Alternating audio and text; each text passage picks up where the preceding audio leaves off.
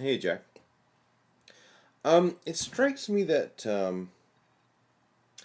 I don't know. Maybe I'd be able to make the points that I want to make about the relationship between belief and evidence, and how all this kind of stuff is happening, and how it's not necessarily a good thing to believe only on the basis of evidence.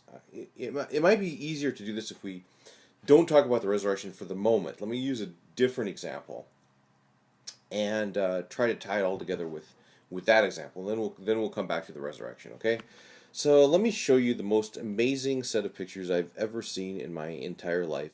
Okay, so this is a picture of two Rwandans. Okay, so this woman here lost her husband. Her husband was killed in the genocide that happened in 1994, and her husband was killed by this man right here.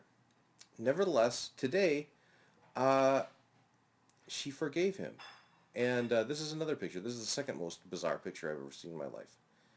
This is a picture of the same woman, and this is the wife of the man. This is the wife of the man who killed her husband, hacked him apart with a machete. And yet they're friends today. And she forgave him. And I'm going to post a link to the CNN article. Please go see the CNN article here. Um, when the reporter asked her, how in the world could you possibly do this? She cited, the Sermon on the Mount. You should, do good to your enemies, forgive those who trespass against you, right? Okay, so the point I'm trying to make here is that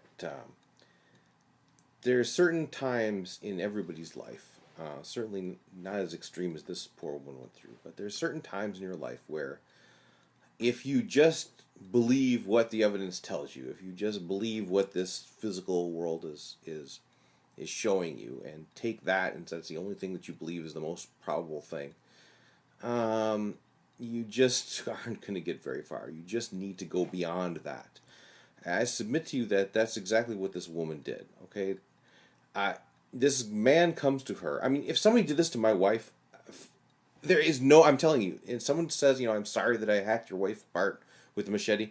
There's no evidence that he could give me, right, that would in any rational or logical sense make it at all likely in my mind or probable in my mind that he wouldn't do this again, or that he really was sorry, or that he deserved my forgiveness. I couldn't believe any of that on the basis of logic or probability or Bayes theorem. Or I'm telling you, all of that stuff is completely useless to this Rwandan woman, right? What she did completely transcended any of that bullshit, right? And that's just how the process of national reconciliation is happening in Rwanda now, and that's how it is. I mean, so my point is, okay, your belief in Jesus Christ. Those of you theists out there who have this faith in Jesus Christ, it has a lot more in common with the faith that this woman has. That let her forgive this man. It has a lot more in common with that process than it does with the process of some high school chemistry teacher trying to convince me that water is made of hydrogen and oxygen, right? I mean, it's not a proof that you go through. It's not like she took all the evidence and put the pro evidence in one column and the con evidence in another column. I mean, it's so completely beyond this kind of a thing, right? I mean, there's no. It's just a totally different world that we're talking about here. So, um, it's. I think. Let me just. My father's a preacher and it's Sunday, so I'm gonna preach a little sermon, I guess. Sorry for the schmaltziness here, but 1 Corinthians 1:18, right? The message of the cross is foolishness to those who are perishing, but to those of us who are being saved, it is the power of God. For it is written, I will destroy the wisdom of the wise, and the learning of the learned I will set aside. Verse 20, where is the wise one? Where is the scribe? Where is the debater of this age? Has not God made the wisdom of the world foolish? Okay, in any worldly wisdom, in any logical or rational thing, it makes absolutely no sense for this woman to forgive the man who killed her husband. That's foolishness, okay?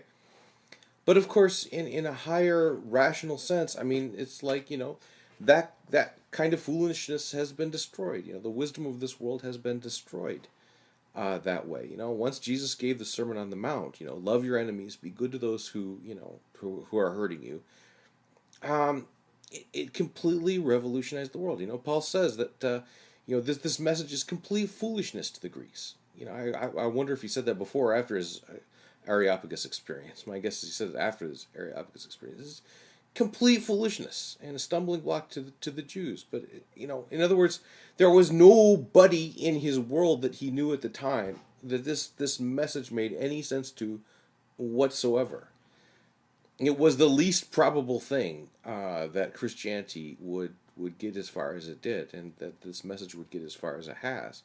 Right? There's just no. I mean, if you're a betting man, if you're going to bet on which horse is going to survive, I mean, Christianity would not be the horse that you bet on, but yet it completely took over the Western world, right? I mean, so, this is kind of what you kind of said there in your video. Why am I trying to shoehorn experience down into just that which can be made most probable, or why am I trying to shoehorn evidence into this?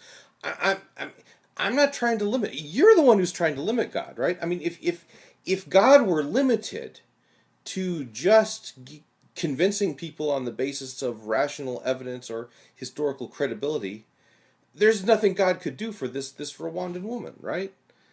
That would be just way too limiting. God couldn't help her at all, right? I'm not trying to limit God at all. In fact, I'm trying to make space for this stuff. I mean, sometimes human beings just have to look at the situation as it is, even though it looks completely hopeless. Do something about it. I mean, several of Michael Phelps's gold medals were won on that basis, right? I mean, it looked completely hopeless at the time that he would ever be able to do it, but yet, him and one of his relay partners, he just kicked in, and everybody's still agog at what they were able to do, right? I mean, so. Any rate, I guess that's about all I had to say about it.